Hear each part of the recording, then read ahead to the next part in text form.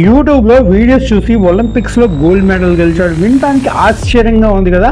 ఆ స్టోరీ ఏంటో తెలుసుకుందాం రండి. ఇండియాలోని ఒక చిన్న గ్రామం. అక్కడ సరిగ్గా రోడ్లు కాదు కదా, కరెంట్ కూడా లేదు. అక్కడే పుట్టాడు జూలియస్ యోగో.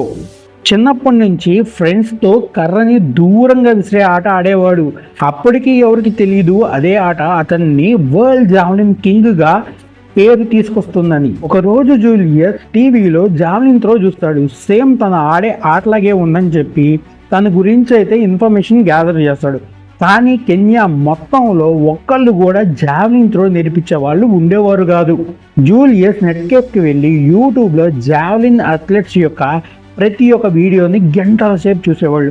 వాళ్ళ స్టెప్స్ కానీ, బాడీ మూమెంట్ కానీ, వాళ్ళ పోస్చర్స్ కానీ ఎలా చేస్తున్నారని చెప్పి వీడియోస్ని రివైండ్ చేసి స్లో మోషన్లో పెట్టి గంటల సేపు చూసి ఆ వీడియోస్లో ఉన్నట్టే తను గ్రౌండ్కి వచ్చి ప్రాక్టీస్ అయితే చేసేవాడు.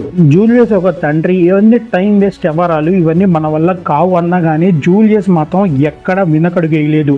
తనకి తానే గురువు అయ్యి ప్రతిదీ తనకి ఎటువంటి ఫెసిలిటీస్ లేకపోయినా గ్రౌండ్లోకి వెళ్ళి చాలాసేపు కష్టపడేవాడు ప్రతిరోజు. తన కష్టపడిన దానికి రిజల్ట్ ఏంటంటే ఆల్ ఆఫ్రికన్ గేమ్స్, ఆ తర్వాత కామన్వెల్త్ గేమ్స్, 2016లో జరిగిన ఒలింపిక్స్లో తను గోల్డ్ మెడల్ అయితే గెలిచాడు.